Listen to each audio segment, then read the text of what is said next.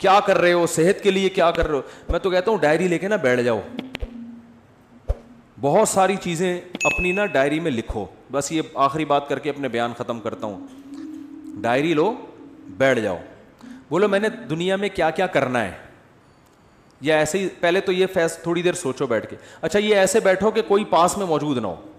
کنوارے لوگوں کے لیے تو بہت ہی آسان ہے یہ, شادی شدہ لوگوں کے لیے تھوڑا سا مشکل ہوگا, کیونکہ جب آپ بیٹھو گے نا ڈائری لے کر بیگم نہیں بیٹھنے نہیں دے گی. وہ کہے گی کیا ہو گیا, کیا کر رہے ہو, کیوں اکیلے, خیریت, بجھے سے لگ رہے ہو آج آپ, ٹھیک ہے نا. تو بیگم کو بھی ڈائری دے کے دوسرے کمرے میں بٹھا دو, بیگم تم بھی اپنا ایک ویژن بناؤ, میں نے دنیا میں کرنا کیا ہے. تو پہلے نا ڈائری لے کے تنہائی میں آپ بیٹھ جائیں, کوئی بھی نہ ہو, بالکل فریش ہو اس وقت, کسی چیز کی چاہت نہ ہو کہ پان کھانے کا دل چاہ رہا ہے, گٹکا کھانے کا, وہ گٹکے مٹکے پان سگریٹ سب فارغ ہو کے بیٹھو. کرو گے نہیں کرو گے, میں بتا دوں وقت سننے کے لیے تیار ہیں. ڈائری لے کے آپ بیٹھ جائیں اور پھر آپ کہیں یار میں نے دنیا میں کرنا کیا ہے. ایسے ہی جیسے میری زندگی گزر رہی ہے ٹھیک ہے, بالکل اسی طرح زندگی گزارنی ہے یا کچھ کرنا ہے. تو آپ کو بہت سارے شعبے نظر آئیں گے جس میں آپ کو سرسری غور سے معلوم ہوگا کہ یار ان شعبوں میں مجھے آگے, بولو بھائی, بڑھنا ہے. کچھ تو کامن چیزیں وہ میں جو سب کے لیے وہ میں بتا دیتا ہوں. کچھ چیزیں تو آپ کی پرسنل ہوں گی, یار میں نے یہ بھی کرنا ہے, وہ میں نہیں, وہ تو آپ خود سوچو گے.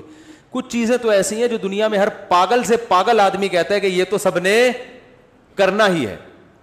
ان میں سب سے پہلی چیز ہے صحت. ویسے تو سب سے پہلی چیز ہے اسلام, اللہ کے لیے کیا کیا, لیکن میں صحت کو اس لیے پہلے نمبر پہ کہ اسلام پر عمل بھی صحت کے بغیر ممکن, کیونکہ جب بیمار ہو گئے نا تو وہ کچھ بھی نہیں کر سکو گے پھر. تو بیمار ہونے سے پہلے صحت کی حالت میں اتنا کچھ کر لو کہ بیمار ہونے کے بعد حسرت اور افسوس نہ رہے. اس لیے میں صحت کو پہلے رکھ رہا ہوں, ورنہ پہلے تو دین ہے نا. تو سب سے پہلے آپ لکھو کہ بھائی صحت کے حوالے سے میری مستقبل میں کیا پالیسی ہے, جس طرح سے پھوڑ رہا ہوں یہی پھوڑتا رہوں, جو مرضی دعوت پہ بلا لے چلا جاؤں, جتنے مرضی کوفتے کھلا دے کھا جاؤں, صبح پراٹھے پھوڑ رہا ہوں, صبح 11 بجے سو کے اٹھ رہا ہوں میں, ٹھیک ہے نا, اور پھر آفس لیٹ پہنچ رہا ہوں, اور پھر وہاں بھی وہ کیک رس چائے میں ڈبو کے کھا رہا ہوں, پھر شام کو سموسے بھی کھا رہا ہوں, پھر دوپہر بھی کھانا کھا لیا, پھر اس کے بعد سگریٹ بھی پی لی, پھر چائے بھی پھوڑ دی. اگر یہی بالکل مناسب ہے تو ٹھیک ہے, اور اگر یہ مناسب نہیں ہے تو مجھے اپنی صحت کے لیے اب کیا, بولو نا, کیا کرنا ہے. صرف دعاؤں پہ کام چلانا ہے, یا وظیفوں پہ کام چلانا ہے, یا اس صحت کے لیے کچھ کرنا بھی ہے. ہمارے نبی صلی اللہ علیہ وسلم کی صحت تو بہت اچھی تھی. آپ نے تو حضرت رکانہ کو, جو مشہور پہلوان تھے, ان کو کیا کر دیا, پچھاڑ دیا. آپ تو گھڑ سوار تھے, میدان جنگ میں سب سے آگے آپ صلی اللہ علیہ وسلم ہوا کرتے تھے. تو یار میں کیا, اگر آج اسلام کو ضرورت ہوئی یا کسی مظلوم یا کسی ظالم کے خلاف لڑنا ہوا, تو میں پتلی گلی سے بھاگوں گا یا وہاں کھڑا رہوں گا. ہمارے ایک دوست تھے, ان کے بڑے قریبی دوست تھے, کہتے ہیں میں ایک دفعہ پٹ رہا تھا تو میں نے پیچھے مڑ کے دیکھا تو میرے جو جگری دوست تھے نا وہ ایسے غائب ہوئے جیسے پیدا ہوئے ہی نہیں اس کائنات اور صحیح کیا, بھاگ گئے, ورنہ وہ بھی پٹتے ان کے ساتھ, وہ بھی پٹتے نا, کیونکہ ظاہر ہے صحتیں ہے ہی نہیں, صحتیں ہی نہیں ہیں کوٹنے پیٹنے والی. تو مرد کو تو ایسا ہونا چاہیے پیٹے نہیں بلا وجہ. کبھی ضرورت پڑتی ہے کہ آپ کو پٹنا بھی پڑتا ہے, اور پٹنے سے بچنے کے لیے سامنے والے کو پیٹنا پڑتا ہے. موسیٰ علیہ السلام نے ایک تھپڑ لگایا تھا قبطی کو, اس کا انا للہ ہو گیا تھا. کیا صحت تھی کہ نہیں تھی؟ تو وہ انہوں نے قتل کی نیت سے مارا نہیں تھا, ان کی نیت تو یہ تھی لڑائی چھڑوانے کی. لڑائی چھڑوانے کے لیے چانٹا لگا اور وہ مر گیا. تو مارنے کی نیت سے اگر مکہ مارتے تو کیا حال ہوتا اس کا, آپ خود سوچو. تو دیندار آدمی ہوں, نبی صلی اللہ علیہ وسلم نے فرمایا, آپ اپنے بارے میں سوچیں گے کہ دیندار ہوں تو نبی نے, یا دیندار بننا چاہتا ہوں تو نبی نے فرمایا طاقتور مومن کمزور مومن سے اللہ کو زیادہ محبوب ہے. تو یار میں, صحت سے تو سارے کام ہوتے ہیں, صحت ہوگی تو نماز بھی ہوگی, روزہ بھی رکھا جائے گا, ماں باپ کی خدمت بھی ہوگی, بیوی بچوں کی خدمت بھی ہوگی. بیوی کی الٹی سیدھی کڑوی کسیلی باتیں برداشت کرنا, بلڈ پریشر کا مریض برداشت کر سکتا ہے, وہ برداشت کرنا آسان ہوگا, ٹھیک ہے نا, اگر بیوی ایسی ہے, ایسی ہوتی نہیں ہے لیکن اگر بالفرض ایسی کسی کی نکلی وائف. تو ابا کی, ماں باپ بڑھاپے میں جو چڑچڑی طبیعت ہو جاتی ہے, تو اس کو جوان آدمی کے لیے, صحت مند آدمی کے لیے برداشت کرنا کیا ہوتا ہے, آسان. تو یار میں نے اپنی صحت کے لیے کیا کیا, ایسے ہی چلتا رہوں گا یا کچھ کرنا ہے, تو ڈائری میں لکھو. تو صحت کی بھی موٹی موٹی بنیادی چیزیں بتا دیتا ہوں کہ بھائی 40 سال سے میری عمر زیادہ ہو گئی ہے, تو اب سب سے پہلے تو کولیسٹرول چیک کرنا ہے, لیول بڑھا ہوا تو نہیں ہے, بلڈ پریشر چیک کرنا ہے نارمل ہے کہ نہیں ہے, یہ 2 چیزیں تو ہے نا. شوگر کا ٹیسٹ کروانا ہے کہ شوگر کی طرف تو نہیں جا رہا معاملہ, کیونکہ یہی اسی وقت پھر آدمی آہستہ آہستہ جانا شروع ہوتا ہے. تو بھائی اگر ہے تو ابھی احتیاط کرو. یہ ساری 2-3 موٹے موٹے ٹیسٹ ہوتے ہیں, وہ ڈاکٹر بتا دے گا. نہیں بھی کرو ٹیسٹ تو چلو چھوڑو, ٹیسٹ نہ کراؤ. آپ یہ کہو کہ یار اس عمر کے بعد یہ ساری بیماریاں ہوتی ہیں کہ نہیں ہوتی ہیں, تو ان سب بیماریوں کا بیسک علاج کیا ہے, جتنا کھا رہے ہو اتنا یوٹیلائز کرو. جو کھا رہے ہو نا وہ نکال دو کسی طریقے سے. تو اس کا حل کیا ہے, جاگنگ, جم, یوٹیلائز کرنا ہے نا, اپنی انرجی کو خرچ کرنا ہے. تو یار میں کیا کر رہا ہوں, تو ڈائری میں لکھو کہ تیرے باپ کو بھی نا اب صحت کے حوالے سے کوئی الہ عمل, اصل میں تمیز سے اپنے آپ سے بات کرو گے آپ مانو گے نہیں, حقیقت ہے. اپنے آپ سے بھی اگر آپ تمیز سے بات کرو گے, ہمیں عادت ابے تبے کی پڑ چکی ہے. اپنی اولاد کو آپ محبت سے سمجھاؤ مان جاتی ہے بھائی. ایک وقت آتا ہے اس کو بھی ابے تبے سے, ابے تیرے کو انڈے لینے کے لیے بھیجا تھا, تو کیا اندھا ہے کیا بہرا ہے, جب اس طرح سے پھر ایک وقت آتا ہے بولنا پڑتا ہے نا. امپلائز کو لوگ اسی طرح بول رہے ہوتے ہیں نا. تو آپ نے اپنے آپ سے ابے تبے سے بات کرنی ہے کہ بھائی تو ایسے ہی چلتا رہے گا یا انسان کا بچہ بننے کا تیرا پروگرام ہے کہ نہیں. تو بننے کا پروگرام ہے تو آج سے تھوڑا خوراک کا شیڈول کیا کرنا ہے, ایکسرسائز کرنی ہے, صبح اٹھ کے جاگنگ کرنی ہے, کبھی کبھار جم بھی جانا ہے, اور رات کو جلدی سونا ہے. رات کو دیر سے سونے والوں کو شوگر بہت جلدی حملہ کرتی ہے, ڈپریشن میں جاتے ہیں. رات کو جلدی سونے کا کیا, یہ جو ہے نا عشاء کی نماز کے بعد موبائل اب بند, یہ لاک کر کے لاکر میں رکھ دینا ہے اس کو. عشاء کے بعد موبائل ہاتھ میں نہیں آئے گا. وہ ہر ایک کی اپنی الگ ترتیب ہو سکتی ہے, میں تو مثالیں دے رہا ہوں. آپ عشاء نہیں تو 9 بجے کر لو, 10 بجے کر لو, 11 بجے کر لو, کوئی ٹائم تو یہ تو نہیں کہ ساری رات بیٹھا ہوا ہے موبائل پہ, تو پھر تو قبر میں لے جائے گا یہ موبائل تھوڑے دنوں میں. آنکھیں الگ خراب ہوں گی, دماغ الگ خراب ہوگا, اس کی ریس سے جو کچھ ہو رہا ہے سب کو پتہ ہے کیا ہو رہا ہے. تو سوچنا ہے میرے بھائی, سوچنا ہے. پھر آپ نے یہ سوچنا ہے کہ یار عبادت کے حوالے سے کیا کرنا ہے. نماز, اپنے آپ کو نمازی بنانا ہی ہے, بنانا بھی ہے کہ صرف بیانات ہی سنتے رہنا ہے ساری زندگی, اب کچھ عمل بھی کرنا ہے کہ نہیں کرنا. تو اسلام میں سب سے پہلے کیا ہے, بولو نا بھائی, نماز ہے. یار تکبیر اولا کا پابند بنانا ہے, تو یار پابندی ہو نہیں رہی, سستی ہوتی ہے, تو بھائی پینلٹی لگاؤ اپنے اوپر. لکھو کہ ایک نماز ضائع ہو گئی تو اتنے روپے صدقہ کروں گا, پینلٹی لگاؤ اپنے اوپر. کچھ تو ہلو تو ٹھیک ہے نا, کچھ تو کرو بھائی, ایسے ہی تھوڑی چلنا ہے کہ یار پینلٹی لگاؤں گا. فجر قضا ہو گئی تو اتنے روپے صدقہ کروں گا, ظہر قضا ہو گئی تو اتنے روپے, اس طرح آہستہ آہستہ. پھر جو ہے نماز کے علاوہ پھر کوئی کسی میں کوئی اخلاقی برائی ہے خدا نخواستہ, کوئی بد نظری کی عادت ہے, یہ کوئی اور برائی ہے, تو یار یہ برائی چھوڑنی ہے. سگریٹ کی عادت ہے, گٹکے کی عادت ہے, ابے کیا ساری زندگی سگریٹ پیتا رہے گا. دیکھا نہیں ہے ہر ڈبے پہ لکھا ہوتا ہے خبردار سگریٹ نوشی صحت کے لیے مضر ہے. ہر ڈبے پہ لکھا ہوتا ہے. تو کیا اندھا ہے, تجھے نظر نہیں آ رہی ہے؟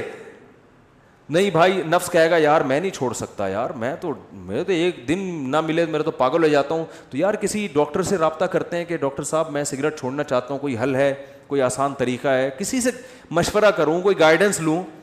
ہلے تو نا, ہمت تو کرے. بہت سے ڈاکٹرز ہیں جو آپ سے سگریٹ چھڑوا دیں گے, اس کے علاج ہے, وہ آپ کو طریقہ بتائیں گے, کچھ ہمت کرنی پڑے گی. تو آہستہ آہستہ کیا ہوگا, پھر اسی طرح اپنے اس ویژن میں آپ نے کتابوں کا مطالعہ, یار اپنی نالج کو بھی کیا کرنا ہے, بڑھانا ہے. انسان کی پہچان علم سے ہوتی ہے کہ نہیں ہوتی, عزت علم سے ہوتی ہے. نالجیبل آدمی ہر جگہ عزت ہوتی ہے, یار اس کے پاس نالج ہے, معلومات ہیں. ڈاکٹر ذاکر نائک کو لوگ کیوں سلام کرتے ہیں, نالج ہے یار, حوالے ہیں. کوئی ہسٹری میں ماہر ہوتا ہے, کوئی قرآن و سنت میں ماہر ہوتا ہے, کوئی میڈیکل سائنس میں ماہر ہوتا ہے. تو بھائی اب ڈاکٹر تو ظاہر ہے جو بننا تھا وہ بن گیا. اب آپ نے کچھ کامن نالج ہے جو سب کو سیکھنا ضروری ہے. ہسٹری کے بارے میں سب کو معلومات ہونی چاہیے کہ نہیں ہونی چاہیے. تو یار چلو اسلامک ہسٹری پہ کتابیں پڑھنی ہے, سب سے پہلے سیرت ہے اس میں. تو آپ نے کیا کرنی ہے, کتابوں کی لسٹ بنا لینی ہے. یہ کتابیں میں نے اپنی زندگی میں 2 سال کے اندر بولو بھائی مکمل کرنی ہے. اور شروع کہاں سے کرنا ہے, سیرت. یار مفتی صاحب سے مشورہ لینا ہے, کہ سیرت پر سب سے بہتر کتاب کون سی ہے. جب سیرت کی کتاب ختم ہو جائے گی تو پھر اسلامی تاریخ پڑھوں گا, ٹھیک ہے نا. پوری جب تک تاریخ ختم نہیں ہوتی چین سے نہیں بیٹھوں گا. کچھ نہ کچھ تو اپنا شیڈول دیکھنا ہے یا بھائی کہ کتنے کتاب کے صفحے روزانہ میں نے مطالعہ کرنے ہیں. سیرت کی کتاب خرید کے لے آئے, بھائی روزانہ ٹائم نکال کے اس کے 10 صفحے تو پڑھنے ہی پڑھنے ہیں. تو کچھ تو 10 نہیں تو 5 پڑھنے ہیں. پھر قرآن کی تلاوت, قرآن پورے سال گزر جاتا ہے, قرآن اٹھانے کی توفیق نہیں ملتی. روزانہ بھائی 1 پارہ تلاوت کرنا ہے, آدھا کرنا ہے. تو میں نہیں کہہ رہا کہ ایک ہی دن میں آپ بہت بڑے ولی اللہ بن جاؤ گے اور آپ ڈائری لے کے بیٹھے اور آپ کی میں انقلاب آ گیا اور آپ اگلے دن سے مطالعہ شروع ہو گیا اور صحت ہٹو بچوں, کولیسٹرول لیول ایک دم, پیٹ ویٹ توند الگ, بالکل فٹنس, اور ایسی کمر ایسی پتلی ہو گئی کہ CID والے بھی تلاش کر رہے ہیں تو ان کو کمر نظر نہیں آ رہی. ایک دن میں نہیں ہو جائے گا, لیکن جب اس طرح سے بیٹھنا سیکھو گے نا تو 1 دن 2 دن 3 4 دن تو صرف خواری کے علاوہ کچھ بھی حاصل نہیں ہوگا. ڈائری ڈھونڈنے میں ہی 1 دن تو گزر جائے گا, ٹھیک ہے. دوسرا دن پین کہاں گیا اس میں گزرے گا. تیسرا دن وہ پین رگڑ کے دیکھنے چل ہی نہیں رہا کم وقت. چوتھے دن جا کے کہیں پین آئے گا. 5ویں دن کوئی جگہ ملے گی. 6ٹھے دن بیگم آپ کو اجازت دے دی کہ چلو اس کمرے میں بیٹھ جاؤ, ٹھیک ہے نا. اور پھر 7ویں دن 6ٹھے دن بیٹھ جاؤ گے, لیکن آپ سوچو گے یار مفتی صاحب نے کیا کہا تھا, کیا کرنا ہے. 7ویں دن جا کے تھوڑا بہت سمجھ میں آئے گا کہ چلو 2 چھوارے رات کو پانی میں بھگونے ہیں یا انجیر رات کو بھگونے. کم از کم پہلے قبض تو ختم کرو نا بھائی. ہو سکتا ہے قبض سے شروع ہو آپ کی صحت. یار میں تو 6 مہینے سے مجھے تو قضاء حاجت نہیں ہوئی ہے, تو پہلے قبض تو ختم کرو. اس کے لیے سنا ہے, کوئی نیٹ پہ سرچ کرتے ہیں یار, کوئی انجیر سنا ہے. ہو سکتا ہے 1 مہینے کے بعد 2 انجیر آپ کھاؤ رات کو, بس یہ امپروومنٹ ہو, لیکن کچھ تو ہوئی نا. ابے 1 سال 2 سال 3 سال 5 سال میں جا کے تو کچھ انسان کا بچہ بنے گا معذرت کے ساتھ. لیکن جو اسٹائل ہمارا ہے نا ابھی, اس میں 100 سال بھی گزر جائیں گے, اس میں کوئی انسان کا بچہ نہیں بنے گا. جہاں ہو وہیں کے وہیں رہو گے اور مر جاؤ گے تھوڑے دنوں میں. سب مریں گے لیکن کچھ کر کے نہیں, بغیر کیے مر جائیں گے. وہی ہوگا ایک دن جنازہ اٹھائیں گے, مرحوم بہت اچھے تھے, بس پیٹ تھوڑا مرحوم کا نکل گیا تھا اور موت کی وجہ یہ بنی کہ اس دن تھوڑا سا پراٹھے زیادہ کھا لیے تھے حضرت نے, اور ڈاکٹر نے منع بھی کیا تھا, شوگر تھی, 6 لڈو کھائے تھے میرے سامنے. بس موت تو آنی ایک دن, اللہ تعالیٰ مغفرت فرمائے مرحوم کی. باقی بچوں کا کیا ہوگا, ان کے لیے کچھ بنایا نہیں, بچے تو رول رہے ہیں بیچارے, بد دعائیں دے رہے ہیں ابا کو, ابا پیدا ہی نہ کرتے, اچھا تھا کس حال میں چھوڑ کے گئے ہو, ٹھیک ہے نا. تو کچھ کرنا پڑے گا میرے بھائی. میں نے جو بات جہاں سے شروع کی تھی وہاں ختم کرتا ہوں کہ فطرت سے جب بغاوت کرو گے تو فطرت معاف بولو نہیں کرے گی. فطرت سے مت لڑو, جو نیچر جیسے چلنے کا کہہ رہی نا, تمیز سے نیچر کے ساتھ چلتے رہو. کیا خیال ہے, غلط تو نہیں ہے؟ تو خلاصہ وہی نکلا کہ فطرت سے مت لڑو. کیا خلاصہ نکلا بولو. تو یہ کوتاہی آج بہت سے لوگوں سے ہوتی ہے. لانگ روٹ پہ جا رہے ہیں, دیکھ ہی نہیں رہے کہ کوئی جو ہے وہ راستے میں پیٹرول پمپ ہوگا کہ نہیں ہوگا, اسپیئر ٹائر کے بغیر چلے جا رہے ہیں. پھٹ گیا تو کوئی بات نہیں, اللہ پہ توکل کر کے جا رہے ہیں, کوئی مسئلہ نہیں. او بھائی, اللہ نے کب کہا ہے کہ میں نے ضمانت لی ہے کہ تمہارے ٹائر کو کچھ نہیں ہوگا. میں آپ کا کافی ٹائم سے سنتا ہوں, کچھ میرے غیر مسلم بھائی پر محنت چل رہی ہے لیکن رشتے کا مسئلہ ہے. الحمدللہ, خود انہوں نے الحمدللہ لکھا ہوا ہے. میں نالائق کے ذریعے اسلام لائے, چندے وغیرہ کی ضرورت نہیں. پتہ نہیں کیا کہہ رہے ہیں یار. بھائی اللہ ان کو اسلام کی توفیق دے, بہت بڑی نیکی ہے کسی غیر مسلم کو اسلام کی دعوت دینا. مسلمان ہو جائے گا تو شادی بھی ہو جائے گی انشاءاللہ. مسلمان ہو کے تو شادیوں کا 4 شادیوں کا چانس ہو جاتا ہے اس کے لیے. مفتی صاحب اگر کوئی غصے میں بول دے کہ خدا کو نہیں مانتا تو کیا اسلام سے خارج ہو جائے گا؟ جی ہاں, اسلام سے خارج ہو جائے گا, اس کا نکاح بھی ٹوٹ جائے گا. انہوں نے پوچھا ہے, ٹوٹ جائے گا نکاح. غصے میں اپنی زبان کو کنٹرول کرنے کا حکم ہے. غصے میں کسی کو چاقو مار دو تو مرے گا کہ نہیں مرے گا؟ غصے میں طلاق دے دو تو ہوتی ہے کہ نہیں ہوتی ہے؟ تو غصے میں کفر بھی ہو جاتا ہے, اگر بول دیا تو کافر ہے. میری والدہ کو ان کی, میں اگلے ہفتے پوچھوں گا آپ لوگوں سے کون کون ڈائری لے کے بیٹھا ہے, سمجھ رہے ہو؟ اگلے ہفتے پوچھوں گا کون کون بیٹھا ہے. بیٹھے گا کوئی بھی نہیں ہے, ایسے ہی آ جائیں گے. اگلے ہفتے کہیں گے او مجھے تو یاد ہی نہیں تھا. میری والدہ کو ان کی وراثت میں سے حصہ ملا ہے, میرے والد بول رہے ہیں ان پیسوں میں 1,00,000 تم رکھ لو, باقی 7,00,000 دو, کیونکہ میں گھر کا خرچہ چلا رہا ہوں. والد صاحب کو 1 کروڑ دو. پتہ نہیں یار, رائٹنگ آج کل لوگوں کی صحیح نہیں ہے. بھائی جس کا جتنا حصہ ہے وہ اسی کا ہے. ابا اگر اماں سے مانگ رہے ہیں, آپ کی اماں سے کہ اتنے مجھے دے دو, تو اماں پر لازم نہیں ہے ان کو دینا, ٹھیک ہے نا. وراثت میں آج کل بڑی گڑبڑیں ہو رہی ہیں, جو جس کا ہے وہ اسی کا ہے. اتنی ساری پرچیاں دے دیں جلدی جلدی. مولانا صاحب ایک مسئلہ دریا, تصویر سامنے حرام ہے, پروفائل پہ تصویر لگانا حرام نہیں ہے. جواب سے سوال خود ہی نکال لیں تاکہ ٹائم بچے گا نا, کیونکہ ہماری رائے میں یہ ڈیجیٹل تصویر میں داخل نہیں ہے. یہ وہی ہے, بس ہم نے بتا دیا آپ کو جواب. ٹائم کم ہے نا, تو جواب سے سوال خود ہی نکالیں. بھائی دیکھو, جواب یہ ہے کہ محمد بن قاسم نے, محمود غزنوی نے ہندوستان پہ 17 حملے کیے. تو سوال کیا ہے, محمود غزنوی نے ہندوستان پر کتنے حملے کیے؟ تو خود ہی سوال نکالے نا.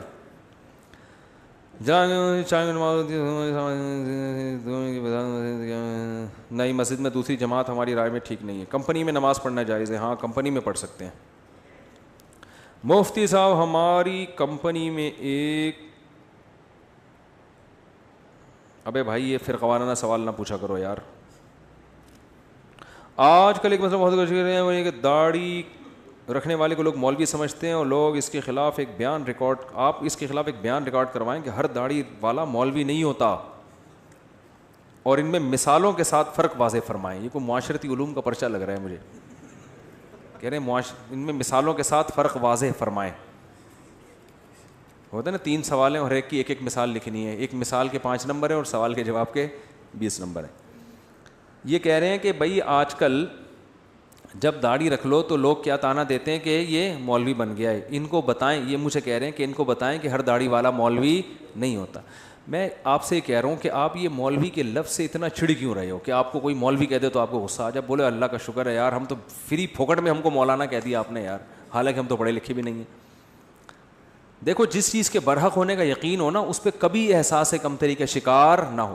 میں اپنی بات آپ کو بتاؤں, مجھے مولوی پن سے اتنی اللہ معاف فرمائے احساس کمتری اور نفرت سی تھی, جو غلط تھا, کہ ہمارے اسکول میں 14 اگست پہ ایک پروگرام ہوا 5ویں کلاس میں. تو اس میں وہ پروگرام ہوتے ہیں نا, تو اس میں کسی کو فوجی بنایا, کسی کو کسان بنایا, کسی کو تاجر بنایا, وہ ملی نغمہ پیش ہوتا ہے. تو مجھے مولوی بنا دیا. میں نے کہا میں نہیں بنوں گا, کرتا شلوار اور ٹوپی. میں نے کہا نہیں میں نہیں بنوں گا, وہ میں نہیں بنا. لیکن پھر ایسا بنا کہ سچی مچی کا مولوی, سچی مچی کا مطلب جس کو لوگ مولوی کہتے ہیں, ایسا مولانا بن گیا. تو اس لیے کہ جب ہم نے ارادہ کیا, ہم نے کہ کشتیاں جلا دو یار, اب مولوی ٹھیک ہے جاؤ, تو کوئی شرمندگی والی بات. ہمارے حضرت مفتی رشید احمد صاحب کے پاس ایک اس میں PIA میں ایک بہت بڑے آفیسر اذان دیا کرتے تھے. حضرت کے پاس جب آتے نا تو وہ اذان وہی دیتے تھے. تو وہ PIA میں بہت بڑا عہدہ تھا. تو جب کوئی ان سے پوچھتا نا کہ آپ کیا ہیں, تو وہ یہ نہیں کہتے تھے میں PIA میں آفیسر ہوں, وہ کہتے تھے میں دارالافتاء والارشاد کی مسجد میں مؤذن ہوں. وہ کہتے تھے یار جس چیز پہ قیامت کے دن فخر کر سکتا ہوں نا, وہی چیز ابھی دنیا میں بھی بتاؤ. قیامت کے دن اللہ پوچھے گا کیا تھے, تو میں کہوں گا اللہ میں اذان دیا کرتا تھا, میں کیا تھا, مؤذن تھا. تو اب دنیا میں بھی اسی پہ قیامت میں کہو گے کہ اللہ میں مؤذن تھا, اللہ کہے گا دنیا میں تو جب کوئی تجھ سے پوچھتا تھا تو اگر لوگ پوچھتے تھے بھی تو مؤذن ہے, ابے میں مؤذن نہیں ہوں, ہاں کبھی کبھار ویسے ہی اذان دے دیتا ہوں, مؤذن نہیں ہوں بھائی, میں کوئی مؤذن تھوڑی ہوں. تو احساس کمتری میں مت آیا کرو.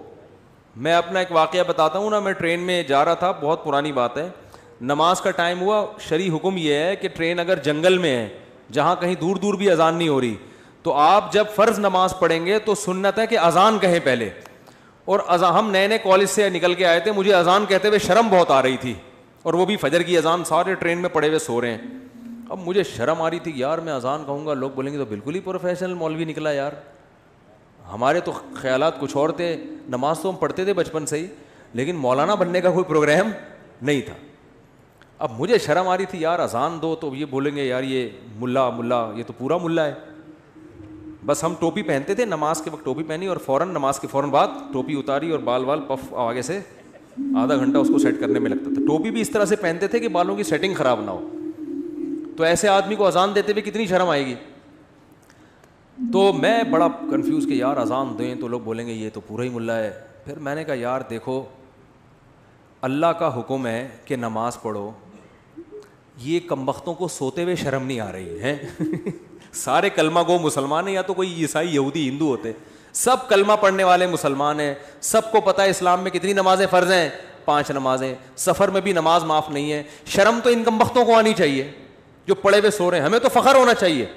تو شرم تو پھر بھی آ رہی تھی, لیکن میں نے کہا ایسی کی تیسی جاؤ.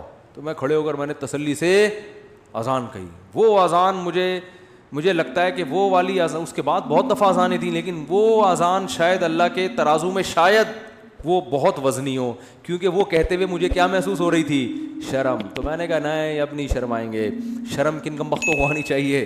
میں نے کہا اب کوئی رضائی سے جھانکے گا بھی نہیں یوں کر کے, میں بولوں گا وہ شرم نہیں آتی تجھے.